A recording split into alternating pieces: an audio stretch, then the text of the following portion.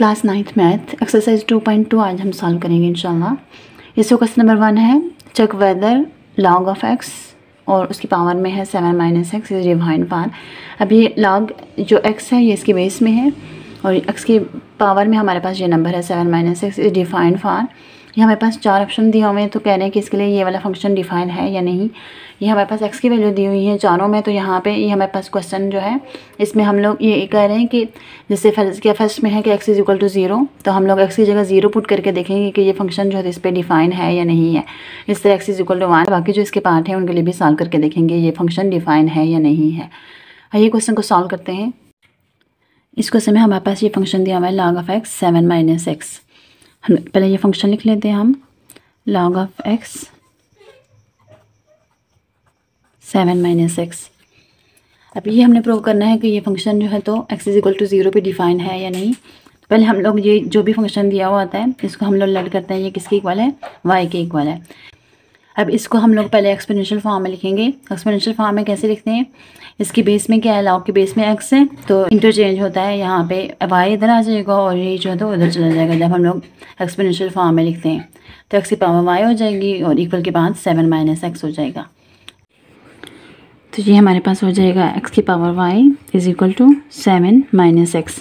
अब ये जो वैल्यूज़ दी हुई हैं क्वेश्चन में फर्स्ट पार्ट में, जैसे x इज इक्वल टू 0 दी हुई है, ये वैल्यूज़ हम लोग अब पुट करते जाएंगे x की जगह पे। ये वाला फंक्शन जो है तो x इज इक्वल टू 0 पे डिफाइन है या नहीं। तो यहाँ पे हमारे पास x की पावर y है, तो 0 की power y is equal to 7 - 0। अब यहाँ पे इसको अगर हम लोग सॉल्व करें तो ये क्या आएगा, 7 और ये 0 की पावर y। पॉसिबल हो सकता है कि हम लोग 0 की कोई भी वैल्यू लें तो हमारे पास आंसर 7 हो जाए। मतलब फर्स्ट के हम लोग 1 से अगर स्टार्ट करें, 0 की वैल्यू y की वैल्यू 1 लें, तो 0 की पावर 1 लें, 0 की पावर 2 लें, 0 की पावर 3 लें, किसी भी सूरत में जो है तो हमारे पास इक्वल टू 7 नहीं आ रहा। हम लोग 0 की कोई भी पावर लें तो आंसर 7 नहीं देगा, तो इसलिए यहाँ पे ये वाला फंक्शन क्या है, अनडिफाइंड है। तो आपने लिख लेना है it is undefined for x equal to 0। इसका सेकेंड पार्ट है x इज इक्वल टू 1। अब इसी फंक्शन को हम लोग x इज इक्वल टू 1 के लिए चेक करके देखते हैं कि ये डिफाइन है या नहीं। ये हमारे पास था फंक्शन x की power y is equal to 7 - x। तो यहाँ पे हम लोग x की जगह 1 पुट करके देखते हैं, तो ये 1 की power y is equal to 7 - 1। तो ये 1 की पावर y, इसी तरह 7 - 1 क्या होता है, 6।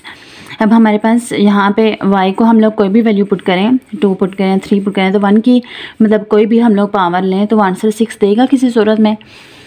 1 की ज़ाहिर बात है, हम लोग पावर 0 लें तो वो हमारे पास 1 ही आंसर आएगा। 1 की पावर 1 लें तो वो 1 आता है, 1 की पावर 2 लें तो भी 1 ही आता है। 1 को हम लोग जितने भी टाइम मल्टीप्लाई करें वो आंसर 1 ही देगा। तो इसलिए किसी भी सूरत में जो है तो इसका आंसर 6 नहीं आ सकता, तो इसलिए ये अनडिफाइंड है for x is equal to 1। तो इसके लिए भी हम यही स्टेटमेंट लिखेंगे, it is undefined for x is equal to 1। Next इसका थर्ड पार्ट है x इज इक्वल टू 6। अब हम लोग x इज इक्वल टू 6 के लिए चेक करेंगे यहाँ पे जो है तो डिफाइन है ये फंक्शन या नहीं। हमारे पास ये फंक्शन था x की power y is equal to 7 - x। तो अब यहाँ पे x की जगह 6 पुट करेंगे, तो 6 की power y is equal to 7 - 6। तो 7 - 6 का आंसर देगा 1। तो 6 की power y is equal to 1। अब हमने चेक करना है फंक्शन के 6 की कोई भी पावर लें हम लोग तो ये आंसर 1 देता है या नहीं। अब हम लोग 6 की पावर अगर 0 पुट करें तो 6 की पावर किसी भी नंबर की पावर 0, जैसे हम मैं कहूँ कि 5 की पावर 0, किसी भी नंबर की पावर 0 जो है तो क्या आंसर देती है, 1 आंसर देती है। तो इस तरह यहाँ पे ये फंक्शन अगर हम लोग इसको 6 की पावर 0 पुट करें तो 6 की पावर 0 जो है तो किसके इक्वल आएगी, 1 के। तो 6 की पावर 1 क्या होता है, 6 होगा। 6 की पावर 2 क्या होता है, वो हमारे पास 36 हो जाएगा। सिर्फ ये y इज इक्वल टू 0 पे जो है तो ये फंक्शन हमारे पास डिफाइन है, बाकी और किसी भी वैल्यू के लिए डिफाइन नहीं है। तो यहाँ पे बस आपने लास्ट में ये लिख लेना है, it is define for y is equal to 0। सिर्फ हम लोग जब जस्ट y को अगर 0 पुट करें तो 6 की पावर 0 जो तो हमारे पास 1 आंसर देता है। ये जो है तो सिर्फ y इज इक्वल टू 0 पे डिफाइन है, बाकी और किसी भी नंबर के लिए ये जो तो डिफाइन नहीं है। तो इसलिए बस आपने सिर्फ ये लिख लेना है, it is define for y is equal to 0। Next इसका 4 पार्ट है, x is greater than equal to 7। तो x is greater than equal to 7 में कौन से नंबर आते हैं? इसमें इक्वल का साइन है तो इसमें 7 भी इंक्लूड है, तो इससे बड़े और कौन से नंबर 7, 8, 9 सो ऑन, आगे जितने भी नंबर हैं वो 7 से बड़े ही होते हैं। तो यहाँ पे इस फंक्शन को हमने देखना है कि ग्रेटर देन इक्वल टू 7 के लिए ये डिफाइन है या नहीं है। तो ये हमारे पास फंक्शन था x की power y is equal to 7 minus एक्स। तो हम लोग पहले इसको 7 के लिए चेक करके देख लेते हैं। तो यहाँ पे x की जगह हम लोग 7 पुट करें तो 7 की power y is equal to 7 minus 7। तो 7 की power y is equal to 7 minus 7 क्या होता है? 0। तो ये हमने फंक्शन चेक करना है कि y की कोई भी वैल्यू लेके चेक करना है कि किसी के लिए हमारे पास ये आंसर 0 आता है या नहीं। अगर हम लोग 7 की पावर 0 लें तो आंसर क्या देता है? 1 देता है। किसी भी नंबर की पावर 0 1 देता है, 7 की पावर 1 लें तो वो क्या आंसर देगा? 7। इसलिए ये फंक्शन जो है तो अब यहाँ पे जब हमने इसको 7 पुट किया तो ये किसी भी सूरत में जो है तो हमारे पास डिफाइंड फंक्शन नहीं है। तो इसलिए यहाँ पे आपने लिख लेना है कि it is undefined for y is equal to for x is greater than equal to 7। ये हमने 7 के लिए चेक किया है। इस तरह अगर हम लोग इसको 8 के लिए चेक करें तो x की power y is equal to 7 minus x था, तो x की जगह हम लोग 8 पुट करें तो 8 की power y is equal to 7 minus 8। तो 7 माइनस 8 क्या होता है? -1। तो 8 की power y is equal to -1। अब हम लोग 8 की कोई भी पावर लें तो हमारे पास आंसर जो है तो -1 किसी भी सूरत में नहीं देता। हम लोग इसको किसी भी वैल्यू के लेकर चेक कर लें, 8 की पावर 0 हमारे पास 1 होता है, वो -1 के इक्वल नहीं होता। 8 की पावर अगर हम लोग 1 लें तो वो 8 के इक्वल आएगा। इसलिए किसी भी हम लोग इसकी कोई भी पावर लें तो यहाँ पे किसी भी सूरत में हमारे पास आंसर -1 नहीं आ रहा। तो इसलिए हमने ये दो वैल्यूज़ के लिए चेक किया, दोनों के लिए जो है तो ये सेटिस्फाई नहीं कर रहा। तो इसलिए हम लोगों ने यहाँ पे लिख लेना है कि it is undefined for x is greater than equal to 7। इसका क्वेश्चन नंबर 2 है, convert the form of following equation from exponential form to logarithmic form and vice versa. यहाँ पे नीचे जो इक्वेशन दी हुई हैं इनको जो है तो हमने एक्सपोनेंशियल से लॉगरिथमिक फॉर्म में कन्वर्ट करना है। और आगे लिखा है वाइस वर्सा। वाइस वर्सा का मतलब होता है कि इसका उलट। जब मतलब फर्स्ट उन्होंने कहा हुआ एक्सपोनेंशियल से लॉगरिथमिक फॉर्म में कन्वर्ट करें तो वाइस वर्सा फिर आगे कहा हुआ है, इसका मतलब है जो लॉगरिथमिक फॉर्म में है उनको एक्सपोनेंशियल में कन्वर्ट करना है। अभी हमारे पास डिफरेंट क्वेश्चन है, कुछ लॉग की फॉर्म में है, कुछ एक्सपोनेंशियल की फॉर्म में है।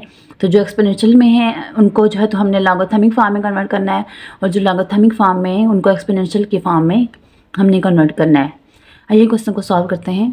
तो फर्स्ट पार्ट है लॉग ऑफ 6 और इसकी पावर 216 है इज इक्वल टू 3। यहाँ पे लॉग की बेस में 6 है तो यहाँ पे इसकी पावर में 216 है और इक्वल के बाद 3 है। तो जो भी बेस में जो टर्म होती है वो यहीं पे रहने देते हैं और इन दो टर्म्स का आपस में इंटरचेंज होता है। अब ये 6 है तो 6 की पावर में 3 आ जाएगा और 216 जो है तो 3 की जगह चला जाएगा। ये इसको सॉल्व करते हैं। लॉग की बेस में 6 है तो 6 यहीं पे रहेगा, तो ये इक्वल के बाद यहाँ पे 3 था तो ये इसकी पावर में आ जाएगा, और ये जो 6 की पावर में था ये 3 की जगह चला जाएगा। इन दोनों की जगह चेंज करते हैं और ये एज इट इज़ रहने देते हैं। तो ये हमारे पास एक्सपोनेंशियल फॉर्म में हमने लिख लिया इसको। ये बस यही कहा हुआ था कि जो लॉगरिथमिक फॉर्म में है उसको एक्सपोनेंशियल फॉर्म में लिखें। और अब इसका सेकंड पार्ट देखें, ये हमारे पास जो है एक्सपोनेंशियल फॉर्म में इसको लॉगरिथमिक फॉर्म में लिखेंगे। लॉगरिथमिक फॉर्म में कैसे लिखेंगे इसको? लॉगरिथमिक फॉर्म में क्या हो जाएगा, इसकी बेस 7 है तो ये लॉग की बेस में यही आ जाएगा, इन दोनों की जगह चेंज होगी। तो ये इसकी पावर में यहाँ पे 2401 आ जाएगा और ये इक्वल के बाद यहाँ पे 4 आ जाएगा। तो ये हमारे पास लॉगरिथमिक फॉर्म है होगी है। इसका थर्ड पार्ट भी सेम फर्स्ट पार्ट की तरह है। ये हमारे पास लॉग में है तो इसको हम लोग एक्सपोनेंशियल में कन्वर्ट करेंगे। तो यहाँ पे बेस में हमारे पास क्या है 5, तो इसकी पावर में क्या आ जाएगा 5 इज इक्वल टू ये जो हमारे पास पावर में था ये इक्वल के बाद चला जाएगा। तो ये हमारे पास इसकी एक्सपोनेंशियल फॉर्म होगी। अब ये हमारे पास पहले से एक्सपोनेंशियल फॉर्म में है तो इसको लॉग फॉर्म में लिखेंगे।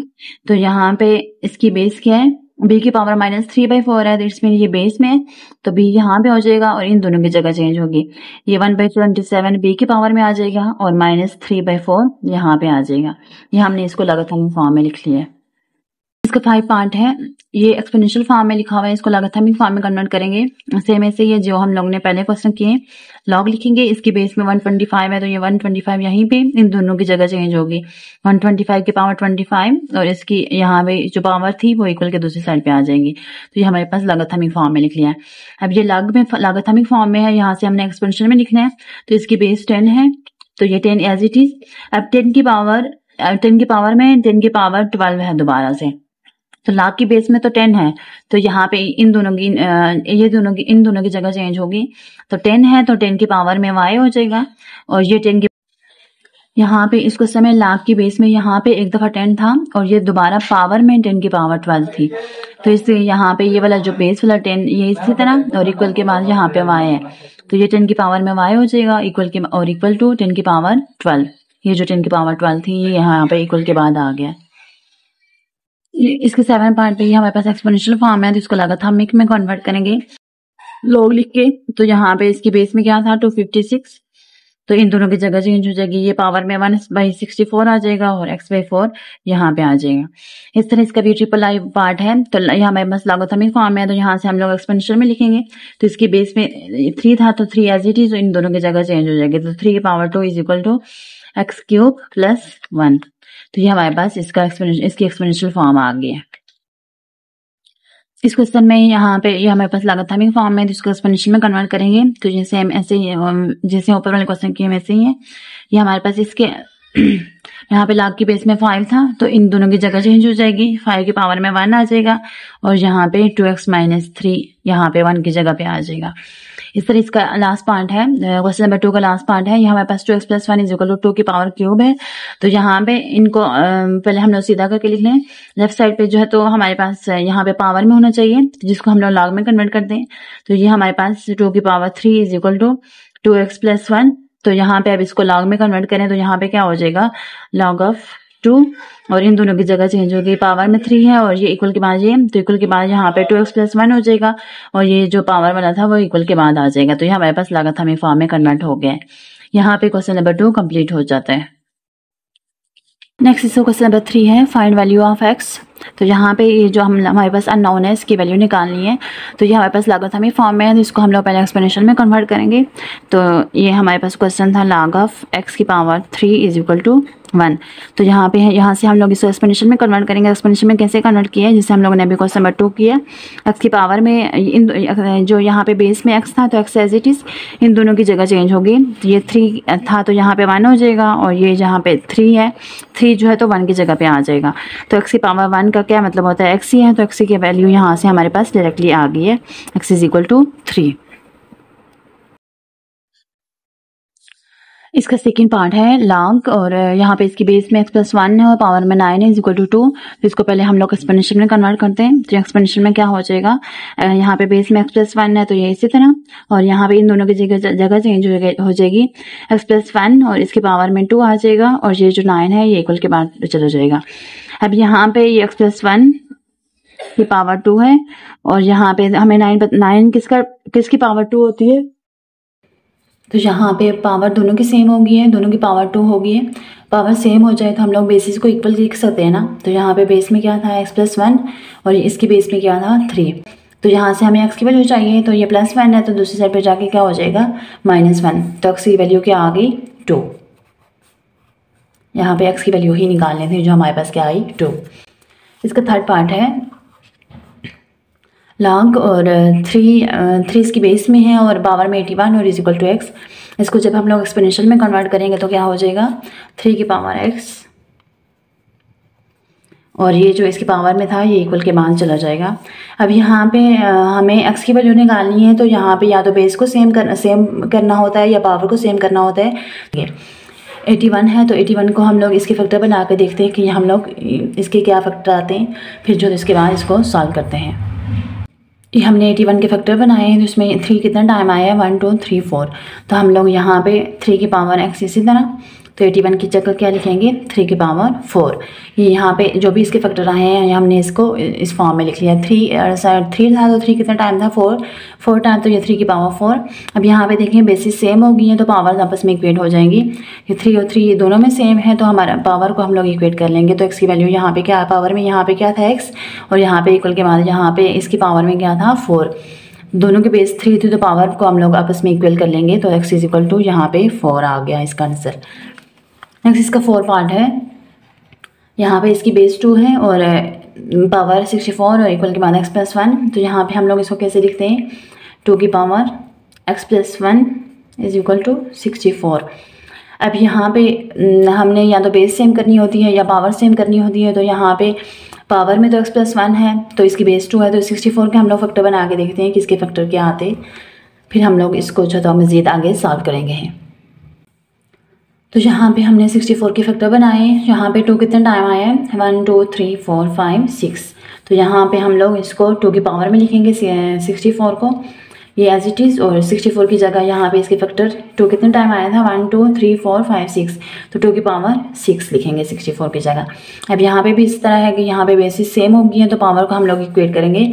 पावर में हमारे पास यहाँ पे था x+1 और यहाँ पे था 6, तो यहाँ पे x की वैल्यू निकालेंगे तो 6, यहाँ पे +1 था, ये दूसरे पे आके -1 हो गया, तो x की क्या वैल्यू आई 5, ये हमारे पास x = 5, ये हमारे पास इसका आंसर है। नेक्स्ट इसके 5 पार्ट को सॉल्व करते हैं। यहाँ पे इसकी बेस में 2 है और यहाँ पे x और = 4, x और 4 की जगह चेंज होगी, तो यहाँ पे हम लोग इसका सोल्यूशन स्टार्ट करें अगर तो ये 2 की पावर में क्या हो जाएगा 4 और यहाँ पे क्या आ जाएगा x, तो 2 की पावर 4 का क्या मतलब है कि 2 4 टाइम मल्टीप्लाई हो रहा है, तो 2 को 4 टाइम मल्टीप्लाई करेंगे तो ये हमारे पास x की वैल्यू आ जाएगी। इसको मल्टीप्लाई करें, 2 2 ज़ा 4, 4 2 ज़ा 8 और 8 2 ज़ा 16, तो यहाँ से हमारे पास x की क्या वैल्यू आई 16। 6 पार्ट है इसका, ये इसका लास्ट पार्ट है इस क्वेश्चन का। यहाँ पे हमारे पास लाख की बेस में 2 है, तो यहाँ पे इनकी जगह चेंज हो जाएगी, तो ये 2 की पावर में 3 आ जाएगा और नेक्स्ट ये वाला x² - 1 यहाँ में आ जाएगा। 2 की पावर 3 का क्या मतलब है कि 2 3 टाइम मल्टीप्लाई हो रहे हैं, तो 2 × 2 = x² - 1, तो इनको हम लोग मल्टीप्लाई करें, 2 2 ज़ा 4, 4 2 ज़ा 8, तो ये हमारे पास 8 आंसर आया = x² - 1। हमें x की वैल्यू चाहिए, तो यहाँ पे ये -1 है, तो ये इधर आगे क्या हो जाएगा +1 हो जाएगा, तो यहाँ पे क्या रह गया x², तो 8 + 1 क्या होता है 9, और तो यहाँ पे x²। अब हमें x की वैल्यू चाहिए, तो यहाँ पे या तो हमने बेस सेम करनी होती है या पावर सेम करनी होती है, तो यहाँ पे x या ज़ाहिर बात है बेस में है, तो इसको हम लोग जो है तो 9 को हम लोग क्या लिख सकते हैं 3 का स्क्वायर लिख सकते हैं ना, 3 3 ज़रा वापस 9 हो जाएगा, तो यहाँ पे इक्वल के बाद था यहाँ पे x²। अब यहाँ पे देखिए इनकी पावर सेम होंगी है, तो यहाँ पे बेसिस हम लोग एक दूसरे की इक्वेट करेंगे, 3 = x करते हैं, x = 3, तो ये हमारे पास x की वैल्यू आ गई है, यही हमने फाइंड करने थे। इसका क्वेश्चन नंबर 4 है, find the unknown appeared in the question 2। Question number 2 में यहाँ पे हमने सिर्फ एक स्टेप में ही इनको सॉल्व किया था कि जो एक्सपोनेंशियल में था उनको लॉगरिथमिक फॉर्म में कन्वर्ट किया था और जो लॉगरिथमिक फॉर्म में थे उनको एक्सपोनेंशियल में कन्वर्ट किया था। अब यहाँ पे क्वेश्चन नंबर 4 में कहा हुआ है कि यहाँ पे जो अननोन है, यहाँ पे इन क्वेश्चन में जो है तो जहाँ पे अननोन वैल्यूज़ हैं उनका अननोन वैल्यू है वहाँ पे उसको हमने सॉल्व करना है, उसकी वैल्यू फाइंड करनी है। अब यहाँ पे देखें फर्स्ट पार्ट में कोई अननोन वैल्यू नहीं है, तो इसलिए इसका मतलब है कि हम लोग इसको नहीं सॉल्व करेंगे। अब इन जितने भी यहाँ पे क्वेश्चन है इसमें जहाँ पे x यूज़ हुआ है या जो कोई भी वेरिएबल यूज़ हुआ है तो वहाँ पे उन क्वेश्चन को हम लोग सॉल्व करेंगे। जैसे यहाँ पे इसका 3rd पार्ट है, 4 पार्ट है, 5 पार्ट है, इस तरह 6 पार्ट है। जहाँ जहाँ हमारे पास अननोन वेरिएबल है तो उसकी वैल्यू निकालेंगे हम लोग। ये इस क्वेश्चन को सॉल्व करते हैं। इसके 3rd पार्ट से शुरू हो रहे हैं क्वेश्चन जिनमें अननोन है हमारे पास वेरिएबल है, तो उसकी वैल्यू निकालेंगे। तो यहाँ पे ये हमारे पास लॉगरिथमिक फॉर्म है, तो इसको पहले हम लोग एक्सपोनेंशियल में कन्वर्ट करेंगे, तो ही जो भी अननोन वेरिएबल है फिर जाके उसकी वैल्यू निकालेंगे। अब यहाँ पे इसको अगर हम लोग इसको स्टार्ट करते हैं इसका सोल्यूशन, तो ये 5 है, तो इसकी पावर में x है, तो इन दोनों की जगह चेंज होती है, तो 5 की पावर में 5 आ जाएगा और यहाँ पे x = x। इसको हम लोग सीधा करके लिखें तो x = 5 की पावर 5। 5 की पावर 5 का क्या मतलब है कि 5 को 5 टाइम आपने मल्टीप्लाई करना है, 5 × 5, 5 × 5 × 5 × 5, ये हमने 5 को 5 टाइम मल्टीप्लाई किया, ये 5 की पावर 5 को ऐसे करके लिखते हैं। तो इनको सब ये हम लोग इसको 5 को 5 टाइम मल्टीप्लाई करेंगे, तो ये हमारे पास x की वैल्यू क्या आ जाएगी 3125, ये हमारे पास इसका आंसर है। इस क्वेश्चन में ये हमारे पास पहले ही एक्सपोनेंशियल फॉर्म में है, तो हम लोग इसको सॉल्व करेंगे हम। तो ये b की पावर -3/4 है और इक्वल के बाद 1/27 है, तो ये 1/27 को हम लोग सॉल्व करें अगर, तो ये 27 को हम लोग ऊपर लेके आए तो इसकी पावर क्या हो जाएगी -1। ये हम लोग इसका ये डिवीजन में था ना, तो हम लोग जब इसको ऊपर लेके आएंगे तो इसकी पावर -1 हो जाएंगे। अब हमें पता है कि 27 को हम लोग कैसे लिख सकते हैं, 27 क्या होता है 3 की अगर हम लोग इसके पावर में लिखें 3 की, तो 3 3 ज़ा 9 और 9 3 ज़ा 27, तो यहाँ पे हम लोग इसको लिख सकते हैं ना 3 का क्यूब, तो ये वापस जो है तो 27 ही हो जाएगा। 3 3 ज़ा 9 और 9 3 ज़ा 27। अब यहाँ पे ये b की पावर -3/4 है और यहाँ पे 3 की पावर 3 और उसकी होल पावर -1 थी, तो 3 को जब हम लोग -1 से मल्टीप्लाई करेंगे तो क्या हो जाएगा, -3 हो जाएगा। अब यहाँ पे देखिए इसको हम लोग ऐसे लिख सकते हैं ना, b की पावर 1/4 और होल पावर इसके -3 और इस तरह यहाँ पे 3 की पावर -3। अब यहाँ पे देखें पावर सेम हो गई है, दोनों की पावर जो है -3 है, दोनों साइड पे जो है पावर -3 है, तो हम लोग बेसिस को इक्वल लिख सकते हैं।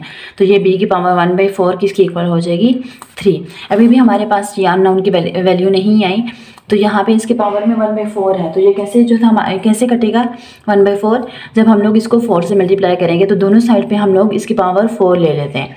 b की पावर 1/4 तो इसकी होल पावर 4, इस तरह 3 की पावर भी 4 ले लेंगे। ये हमने क्योंकि b की वैल्यू निकालनी थी, इसकी पावर में 1/4 था, तो ये 1/4 सारी बात है, हमने इसको कट करके तो हमारे पास यहाँ पे हमने b में आंसर लाना है, तो ये 1/4 सारी बात है 4 से ही कटेगा, तो ये हमारे पास यहाँ पे b की पावर 1 रह जाएगी। इसको हम लोग सॉल्व करेंगे तो ये 4 और 4 कट गए, तो ये b की पावर 1 और 3 की पावर 4 क्या होती है 81। 3 की पावर 4 का ये मतलब कि 3 4 टाइम मल्टीप्लाई हो रहा है, तो 3 3 ज़ा 9, 9 3 ज़ा 27 और 27 3 ज़ा 81। तो यहाँ से हमारे पास b की वैल्यू क्या आई है 81। तो ये हमारे पास अननोन नंबर था b यहाँ पे, जिसकी वैल्यू हमने निकाली है 81। इसका 5 पार्ट है। 125 की power x/3 is equal to 25। ये एक्सपोनेंशियल में है, तो इसको अभी यहाँ पे भी हमने अननोन वेरिएबल जो है उसकी वैल्यू निकालनी है।